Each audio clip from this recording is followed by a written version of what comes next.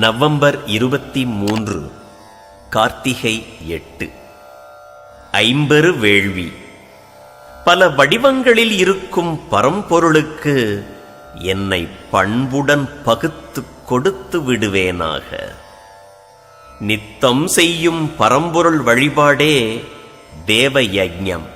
பக்தியுடன் பனுவல் படிப்பது ரிஷி யஜ்ஞம். பெற்றோர்க்கு பணிவிடை செய்வதும் காலஞ்சென்ற முன்னோர்க்கு நல் எண்ணம் செலுத்துவதும் பிதிர் யஜ்ஞம். மக்களுக்கு தொண்டு புரிவது நர யஜ்ஞம். மற்ற உயிர்களிடத்து அன்பாயிருப்பது பூத யஜ்ஞம்.